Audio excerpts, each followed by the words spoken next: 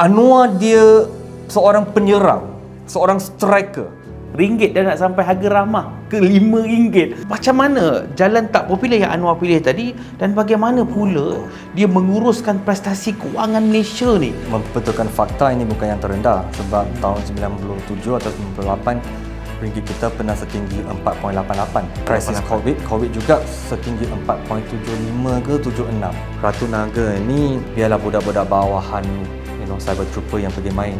Mengapa perlu sampai tahap seorang panglima merendahkan martabatnya sehingga membuat fitnah yang begitu budak tingkatan 1 pun dah tahu kebenaran.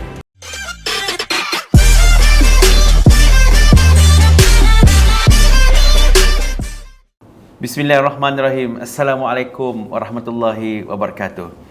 Hari ini kita ke udara dalam Cakap Hub, satu rancangan podcast yang baru yang akan tampil menemani anda untuk menyajikan pelbagai isu-isu politik yang serba panas dengan pelbagai analisis-analisis yang di luar kotak. Jadi saya Azizul Aziz, untuk rancangan pertama ini saya bawakan kepada anda seorang panel yang sangat berwibawa, yang kita semua nanti-nantikan sudah berapa tahun menyepi, ya, kalau tak lain dan tak bukan, kalau anda semua masih ingat lagi, pada tahun 2018 saudara Shen Yuon pernah viral tentang topik Red Bin Army. Jadi apa khabar saudara Shen? Khabar baik. Dari mana tadi? Macam mana keadaan sekarang, perkembangan terbaru?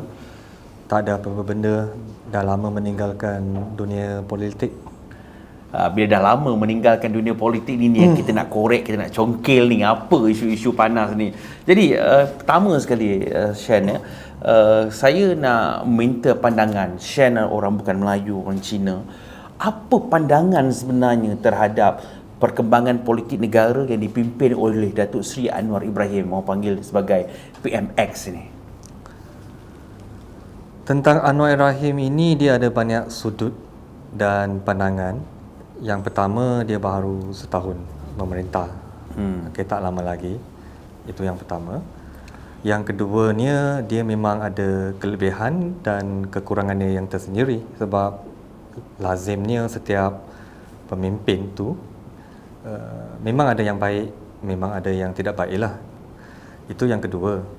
Yang ketiganya, saya dapat lihat dia berbeza dengan pemimpin-pemimpin ataupun Perdana Menteri sebelum ini kerana dia memberi penekanan yang sangat unik dari segi falsafah dia hendak mentadbir negara kita. Kita sebagai contoh, kalau pentadbiran lama, mereka lebih memfokuskan kepada bangunan fizikal pencakar langit sebagai lambang kemajuan negara kita. PMX pula, dia melihat dari segi konteks, dia bukan luaran, dia dari segi konteks orang kata peringkat bawahan sekalipun, iaitu penjaja-penjaja perlu kita jaga, standar-standar sekolah, benda-benda yang selama ni orang tak nampak. Dia secara rohanianya, dia nak membentuk Malaysia dari segi, contoh biasa orang cakap tentang negara berpendapatan tinggi, tapi Anwar lebih fokus kepada nak menghapuskan kemiskinan pada akhir tahun ini juga. Itu adalah salah satu janji beliau. Dan dia sangat unik sebab dia bukan hanya mengejar kemajuan semata-mata. Ini tidak menafikan yang nak katakan pentadbiran dulu ataupun sekarang yang mana lebih baik. Cuma dia ada cara pentadbiran yang jauh lebih unik berbanding dengan dahulu. Yang kedua, dia beri penekanan tentang soal ekonomi yang jauh lebih pantas berbanding dengan kepimpinan sebelum ini. Sebab tak sampailah rasanya 6 bulan beliau berkuasa, dah ada banyak rancangan-rancangan ekonomi. Contoh ekonomi madani yang diperkenalkan, NERP, perindustrian baru, peralihan tenaga baru, dan keunikan ini juga dapat dilihatkan dalam ataupun diterjemahkan dalam Belanjawan 2024, di mana dahulu negara banyak membelanjakan tentang infrastruktur yang megah dan hebat, tapi Anwar nak menunjukkan kejayaan ataupun kemajuan Malaysia dari segi orang kata batinnya. Oleh sebab itu dia lebih memperuntukkan peruntukan tertinggi kepada soal pendidikan, soal kesihatan, tetapi bukan soal pencapaian fizikal semata-mata. Tapi Shan, betul lah secara atas kertas yang Shan perkatakan tadi tu nampak begitu cantik, begitu sempurna sebagai seorang Perdana Menteri ke-10 yang begitu idealistik, dulu pejuang rakyat di jalan raya, tapi sekarang nampaknya betul-betul membasmi kemiskinan. Tapi ada juga yang bercakap-cakap nakal ni lah, naughty ni dalam politik ni normal. Mengatakan isu kenaikan harga barangan, peluang pekerjaan tak ada, masalah ekonomi sekarang, ringgit jatuh. Ini semua dah mula melihat satu tempelak ni kepada Anwar Ibrahim ni. Apa pandangan Chen? Pandangan pertama yang hendak saya jawab berkaitan dengan persoalan ini adalah kita perlu tahu Anwar Ibrahim sebelum dia jadi Perdana Menteri dan selepas dia jadi Perdana Menteri adalah dua orang yang berbeza. Itu lazim pengetahuan umum kan. Tapi sebelum ini saya sangat risau. Saya memang dikenali sebagai seorang yang memang lantang menentang perjuangan Anwar Ibrahim dari dulu. Okey, sebab dulu menentang sebab dulu saya kat Barisan Nasional kan, Anwar kan ketua Pakatan Harapan, Pakatan Rakyat pada ketika itu. Sebab pada ketika itu, banyak dasar-dasar dan polisi Anwar terlalu bersifat populis. Ini percuma, itu percuma, ini potong, itu potong. Nampak sangat hanya semata-mata untuk mendapatkan undi. Betul. Tetapi dia akan membawa implikasi yang sangat negatif kepada negara sekiranya dilaksanakan. Tapi nasib baik, setelah Anwar Ibrahim menjadi Perdana Menteri, perkara yang saya paling risau tidak berlaku. Dia berani untuk menjadi tidak popular. Sebagai contohnya, PTPTN perlu dibayar. Menarik. Okey. Memilih jalan tidak popular. Dia memilih jalan tidak popular. Dia boleh aja hendak mengekalkan kuasa, mengekalkan populariti dia. Dia boleh bertindak seperti Anwar yang dahulu. Anwar yang saya benci dahulu. Mungkin rakyat sukalah sebab saya orang yang berpaksi kepada fakta, polisi dan dasar. Sebab hutang PTPTN sekarang kalau tak silap saya sekitar 4.5 bilion. Kalau dilepuskan hutang itu begitu, bagaimana pula dengan masa depan pendidikan anak-anak? Bagaimana pula soal keadilan dahulu yang dulu pernah membayarnya pula? Okey, itu yang pertama. Sebab itu Anwar berani untuk menjadi tidak popular. Contoh, banyak kita subsidi dikurangkan. Perdana Menteri manakah yang berani untuk apungkan harga ayam dan telur? Kalau Anwar hendak terus untuk menjadi popular, dapat undi, dia boleh aja terus bagi subsidi ayam telur sebanyak, kalau tak silap saya, 100 juta subsidi setiap bulan, setahun 1.2 bilion. Tapi wang-wang ini pula sebenarnya dia nak hentikan supaya tidak ada ketirisan, supaya wang yang sepatutnya itu boleh disalurkan kepada golongan yang memerlukannya. Ini adalah political view, keberanian yang memang orang akan benci pun. Seperti yang tadi Abang Zizul kata, Encik Azizul Hakim kata, disebabkan benda ini kemungkinan akan berlakunya kenaikan harga barangan. Itu memang lumrah biasa, lumrah semula jadi. Sampai bila kita nak subsidi? Sampai bila kita nak katal untung daripada perolehan subsidi yang tidak sampai kepada rakyat, tidak sampai kepada peternak, tidak sampai kepada pemborong? Okey. Dan pada masa yang sama, kalau dari segi isu tadi berkaitan dengan pengangguran, dia tidak. Malaysia sudah mencapai pengangguran tahap guna tenaga penuh. Okey, pada kadar 32% pada masa yang terkini. Dan kalau kita inflasi pun kita perlu berbicara kepada fakta, analisis, iaitu inflasi terkini adalah 1.6%, 1.9% untuk bulan September. Ada yang mempertikaikan kalau 1.9%, mengapa pula ada barangan-barangan lain yang melebihi 5 atau 10%. Betul. Okey. Tapi dosa menggunakan perkiraan ini adalah mengikut piawaian yang ditetapkan oleh peringkat antarabangsa. Memang mengikut piawaian Bank Dunia, Amerika Syarikat, semua negara menggunakan piawaian ini. Cuma Shen, saya tadi tertarik apabila Shen bercakap Anwar berani memilih jalan yang tidak popular. Saya ada juga tengok ni dekat TikTok semua ni. Waktu Anwar menjadi pembangkang dulu, kita tengok balik. Ada satu ceramah tu Anwar ni bercakap tentang ringgit gagal diuruskan dengan baik.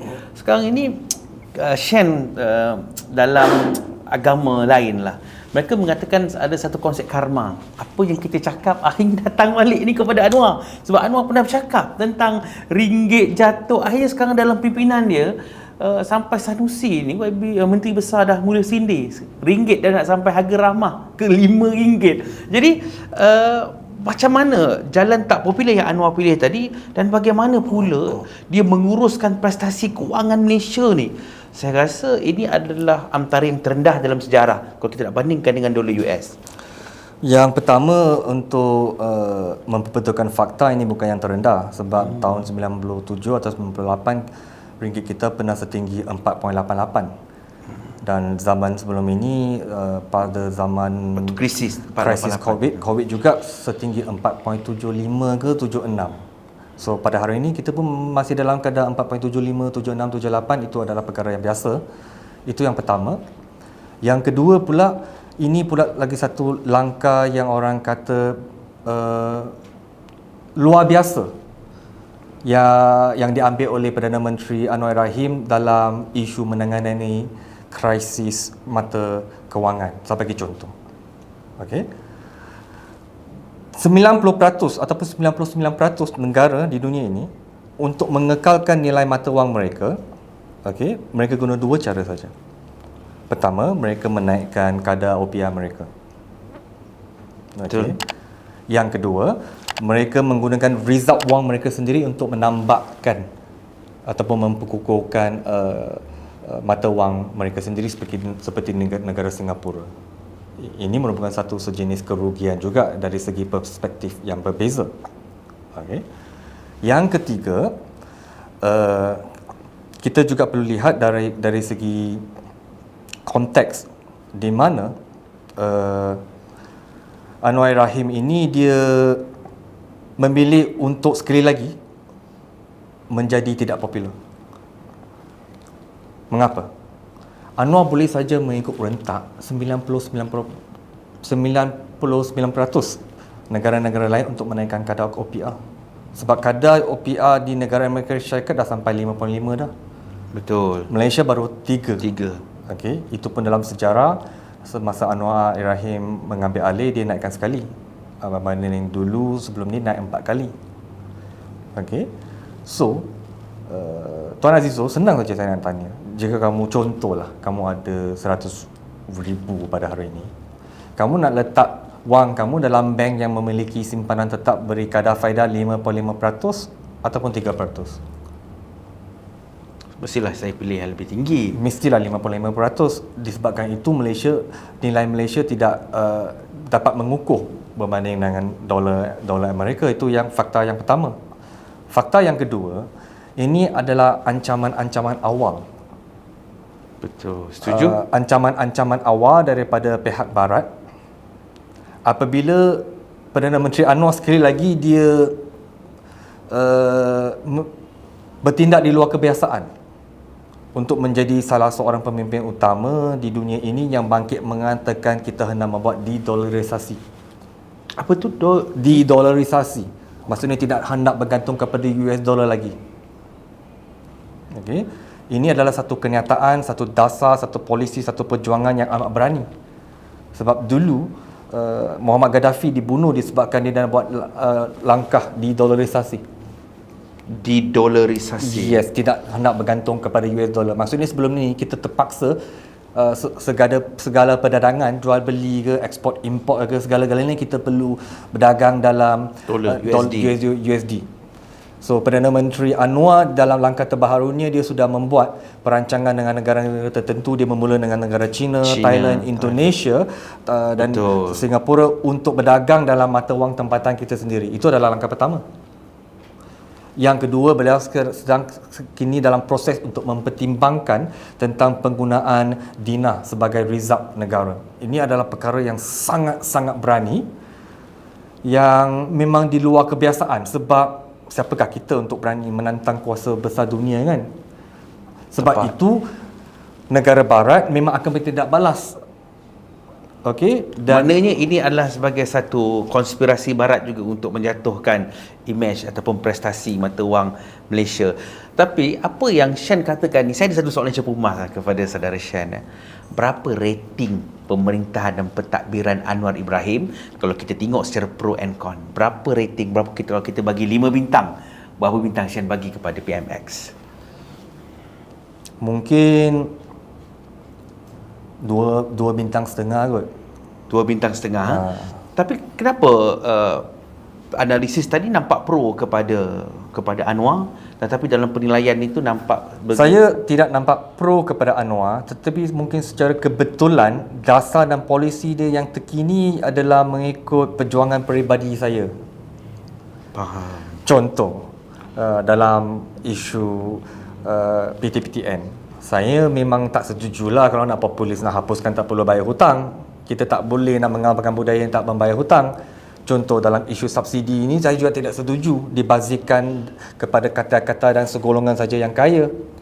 Okey, saya juga dalam isu dolar juga, selepas mengkaji ataupun sebagai seorang peminat geopolitik dunia, sememangnya ini adalah satu pandangan futuristik, di mana sememangnya Empire Amerika Syarikat sekarang akan semakin menjunam. So sebelum perkara itu berlaku, kita sudah memulakan langkah yang pertama. So secara kebetulan dia banyak dasar dan polisinya dia seiring dengan pendapat saya yang terkini. Cuma mengapa 2.5, maksudnya dalam 100% dia dapat 50%? Sebab ini baru setahun saja memerintah. Kita ada lagi 4 tahun untuk membuat penilaian yang sebenar, untuk menerima segala kesan, implikasi daripada dasar-dasar dia yang sekarang. Pada permulaan memang sakitlah. Cuma macam mana strategi Anwar dia mematikan musuh-musuh politik dia di Malaysia? Oh, bija abang.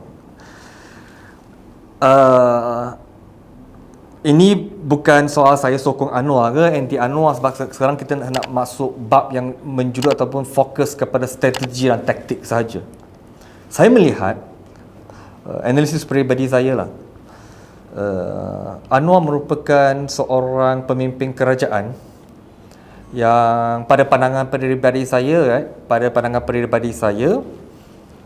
dia berbeza dengan kerajaan-kerajaan sebelum ini adalah sebab memang menjadi lumrah biasa untuk sesiapa saja menjadi pihak kerajaan, biasanya mereka akan bersifat defensif, mempertahankan, mempromosikan dasar-dasar kerajaan, mempromosikan polisi-polisi kerajaan dan sebagainya. Kita menjawab. Tetapi bermula ni hari pertama Anwar menjadi Perdana Menteri, sehingga ke hari ini ada yang bersetuju, ada yang tidak bersetuju, tapi ini soal strategi, soal masing-masing. Penilaian saya saja adalah Anwar dia seorang penyerang, seorang striker yang tidak akan berhenti untuk menyerang walaupun untuk sesaat. Ada yang kata mungkin dia bukan statesman, dia bukan seperti seorang negarawan, dia mungkin sebagai seolah-olah dia ketua pembangkang lagi, tapi dari aspek strategi politik itu berkesan. Seolah-olah sehingga menampakkan pertama kali dalam sejarah negara Malaysia amat jarang berlaku di mana pihak pembangkang yang perlu menjawab. Lain sikit lah strategi dia. Pihak pembangkang yang terpaksa menjawab, yang terpaksa untuk defend. Okay? Dan kebiasaannya yang menjadi kerajaan akan dituduh sebagai rasuah. Biasanya lah. Okay?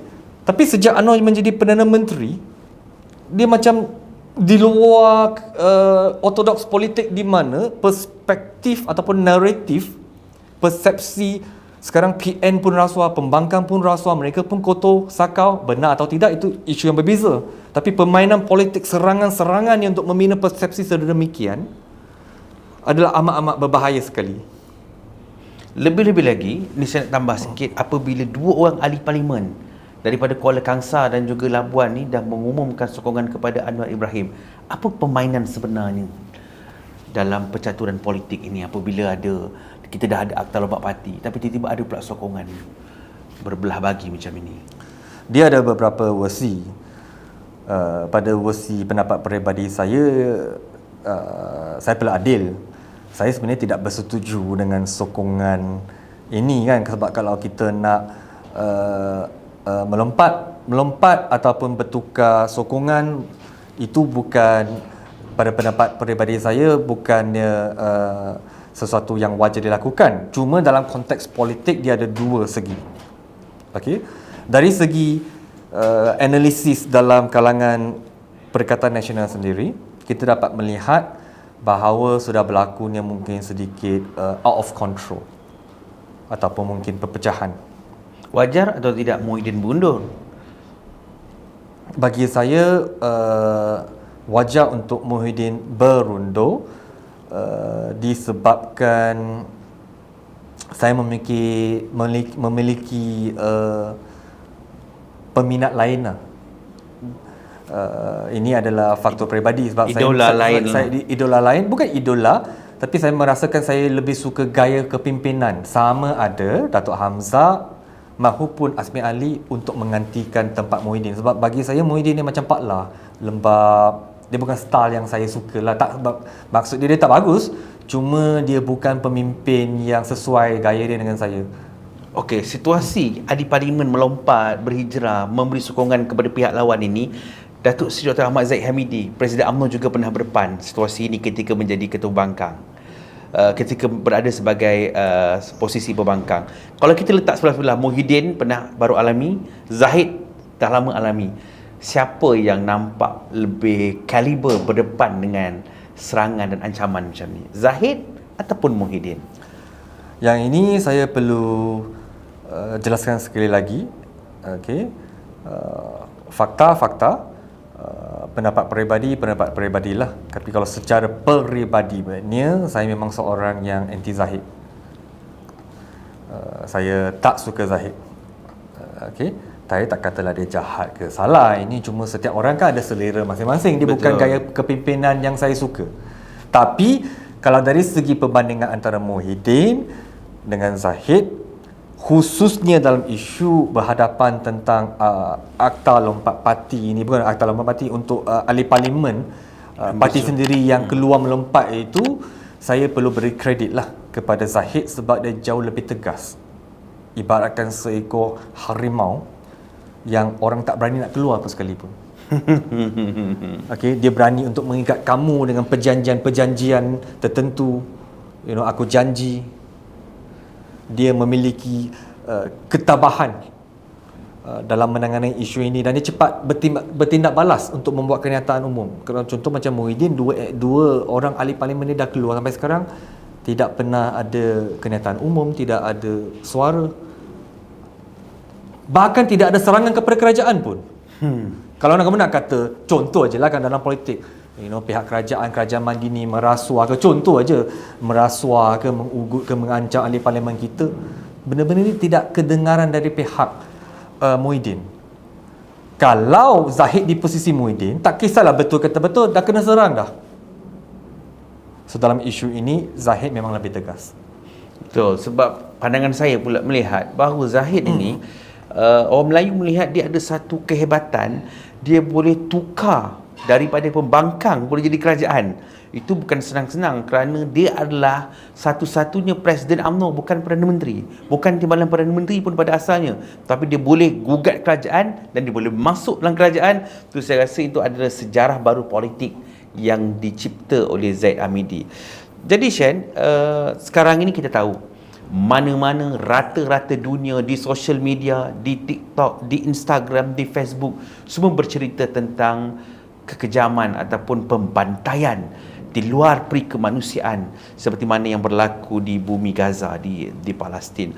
Cuma isunya ialah sejauh mana perjuangan Anwar dalam membela dan membangkitkan semangat negara-negara Islam yang lain dalam menyelamatkan Gaza dan Palestin ini.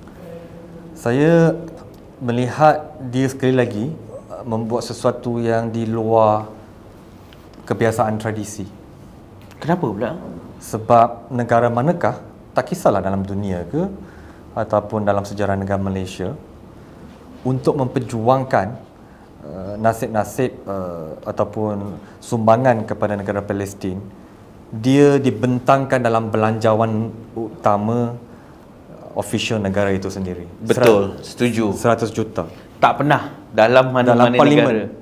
pembentangan. Dalam belanjawan. Itu yang pertama.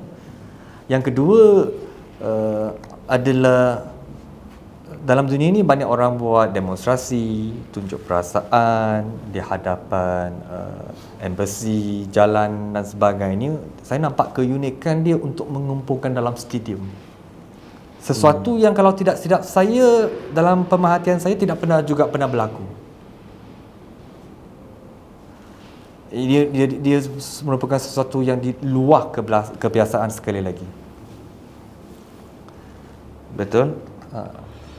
Cuma ada juga ni daripada orang cakap Saitro Perikatan Nasional mengatakan Anwar hanya membuat satu momokkan, mengatakan bahawa mendapat ugutan ataupun ancaman daripada negara-negara luar.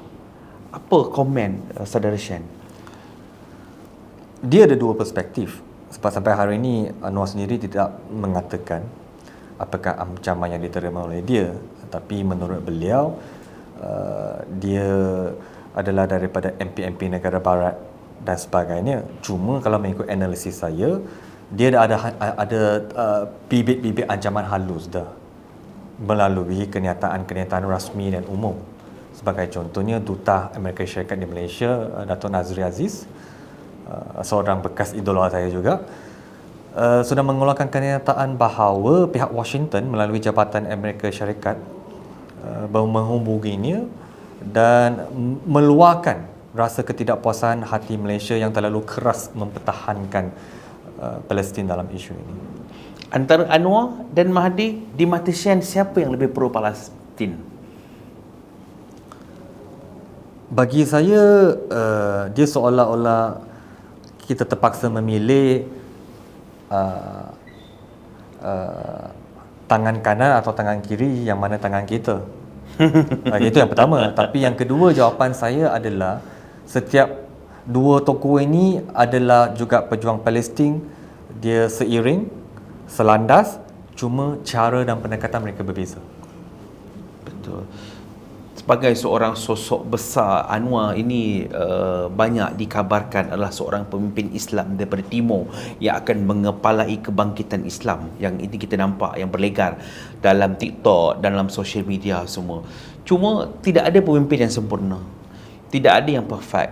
Ada juga kadang-kadang budak-budak sekarang ni mengatakan terciduk.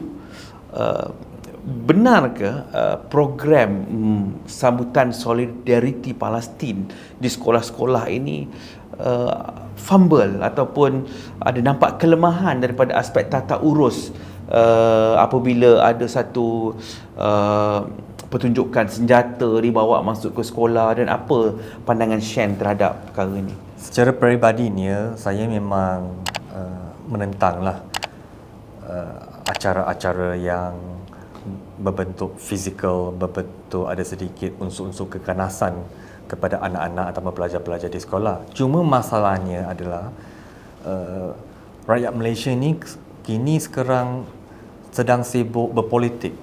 Masing-masing hendak menunggang isu Palestin dengan Israel untuk demi kepentingan pun hawa nafsu politik mereka yang tersendiri. Saya bagi contoh. Apabila isu program solidarity ini di Palestin di sekolah, pada sebelum dia dimulakan, ada pihak pula mengatakan kerajaan Madani tidak melakukan yang cukup tegas, cukup banyak untuk memperjuangkan Palestin. Bila ada program ini, tiba-tiba pula ada pula unsur-unsur ala-ala keganasan, main dengan senapang daripada cikgu, walaupun kes terpencil. Ada pula mengeksploitasi isu ini. Pihak yang sama bila tak buat pula tak cukup berjuang, dia bising. Lepas ada program ini, ada kes terpencil terkeluar, mereka pula serang Menteri Pendidikan gagal. Mengapa boleh benarkan senapang di sekolah? Adakah kita hendak ajar anak kita menjadi teroris? Adakah ini ajaran Islam yang sepatutnya? Adakah ini program yang sepatutnya? Dan beberapa hari selepas insiden itu berlaku, Menteri Pendidikan pula mengeluarkan garis panduan. Okey, maksudnya kerajaan masih percaya kepada dasar program ini perlu diteruskan, tetapi dalam intipati yang pengisiannya lebih berilmiah, lebih bertamadun, lebih sesuai dengan kanak-kanak dan dengan pelajar sekolah. Dan apabila garis panduan ini dikeluarkan, pihak yang sama tadi pula mula menyerang.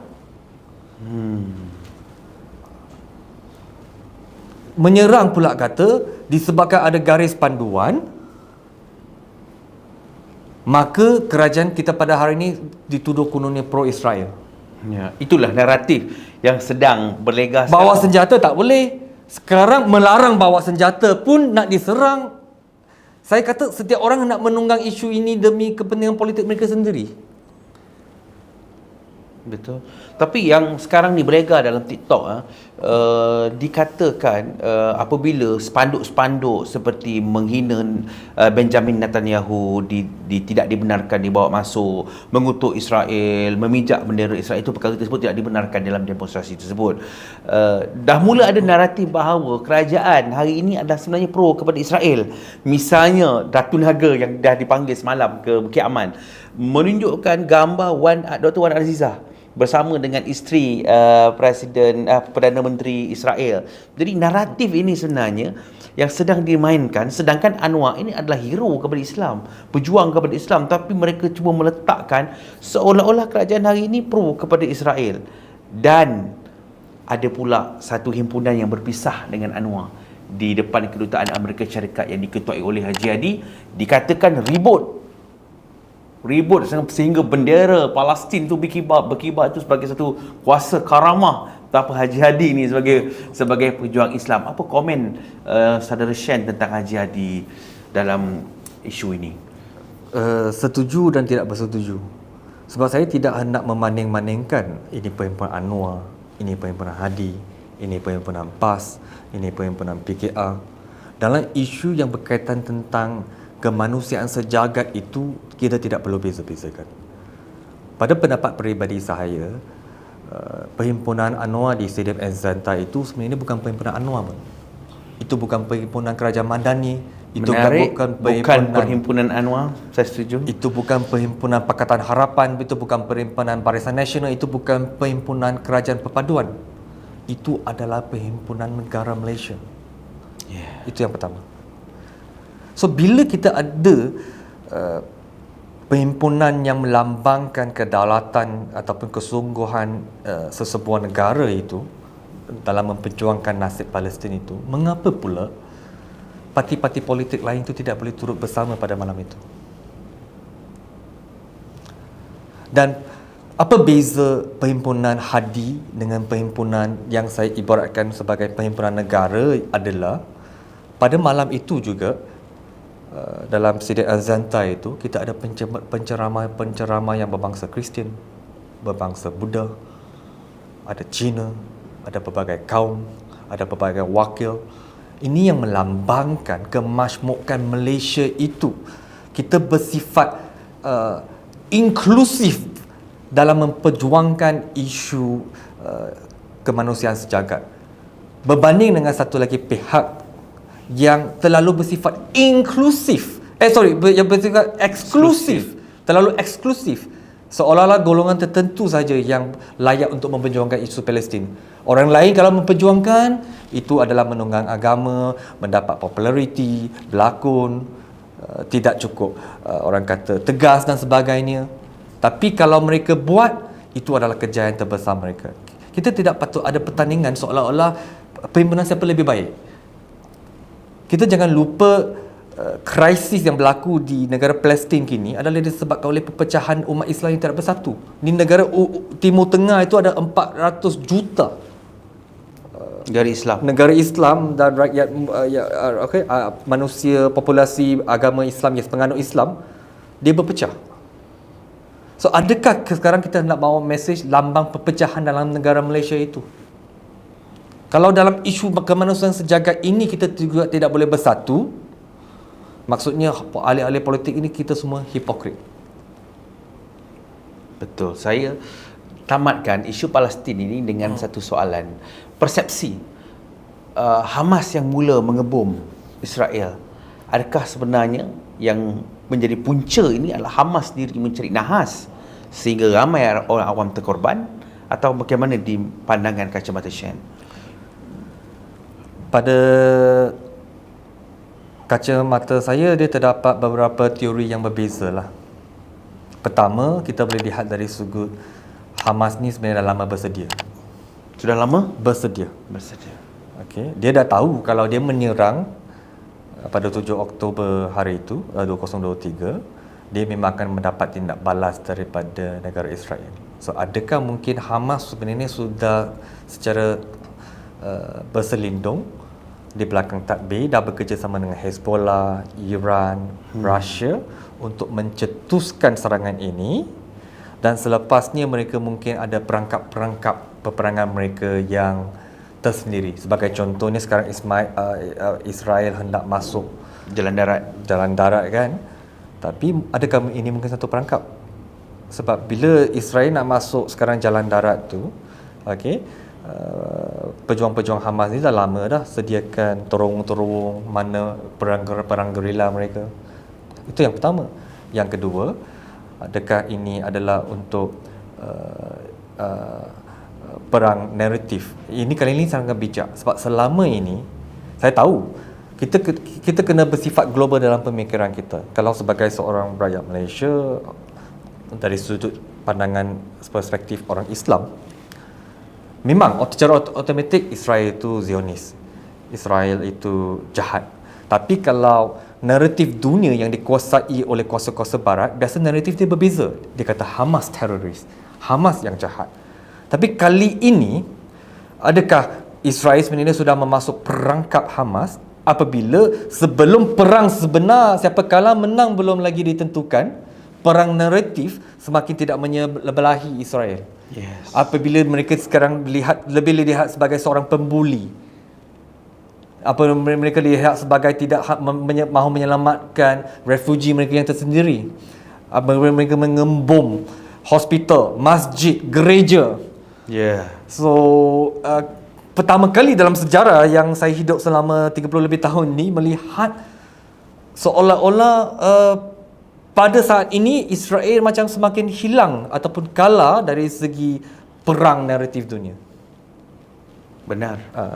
Saya setuju apabila sebenarnya majoriti rakyat dunia tidak memihak pun kepada Israel, dan kita di sini walaupun Malaysia terdiri daripada pelbagai kaum, tapi kita tetap mendoakan isu dan konflik puluhan tahun ini dapat dan berjaya diselesaikan secara aman. Jadi sedar tak sedar kita dah hampir sejam ke udara bersama saudara Shen Yuan. Jadi saya akan tamatkan dengan memberi beberapa nama dan tokoh-tokoh politik, dan saya minta saudara Shen hanya mengeluarkan satu patah perkataan saja kepada nama-nama besar ini. Boleh saudara Shen? Kita mulakan dengan Tuan Guru Haji Adi. Agamawan. Tuan Guru Ni Aziz. Mulia. Tun Mahathir. Genius. Anwar Ibrahim. Karismatik. Chua Soi Lek. Berani. Lim Kit Siang. Pejuang. Sami Belu.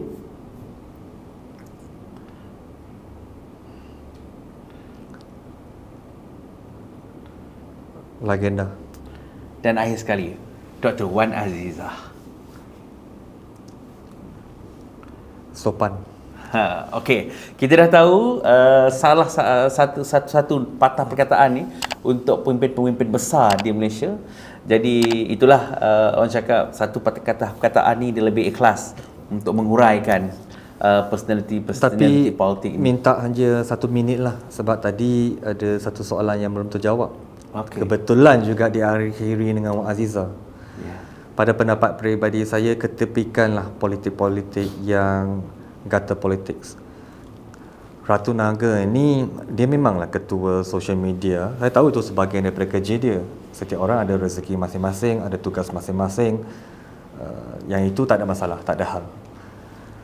Cuma takkanlah isu sekecil yang tidak logik akal seperti gambar Wan Aziza itu secara kebetulan bergambar dengan isteri Benjamin Netanyahu di persidangan PBB, itu pula hendak dipermainkan seolah-olah ni Wan Aziza ni penyokong Israel. Benda-benda ni kalau nak main sekali pun, biarlah budak-budak bawahan, cyber trooper yang pergi main. Mengapa perlu sampai tahap seorang panglima merendahkan martabatnya? Okey, Ratu Naga boleh main banyak isu. Dia boleh main tentang dasar, polisi, ringgit, subsidi, tapi tidak perlu menjatuhkan martabat dia sehingga membuat fitnah yang begitu budak tingkatan 1 pun dah tahu kebenaran dia. Itu saja. Ya, terima kasih kepada saudara Shen, seorang aktivis politik, sangat mahir dalam strategis juga. Jadi kita akan panggil dalam Cakap Hub. Kita akan bincangkan banyak lagi isu-isu panas dari semasa ke semasa. Kita akan kupas dan kita akan analisis. Jadi kita ketemu lagi dalam slot yang akan datang. Terima kasih kepada Shen yang sudah datang kepada studio dan kepada semua pendengar yang setia bersama dengan Cakap Hub. Sekian, terima kasih.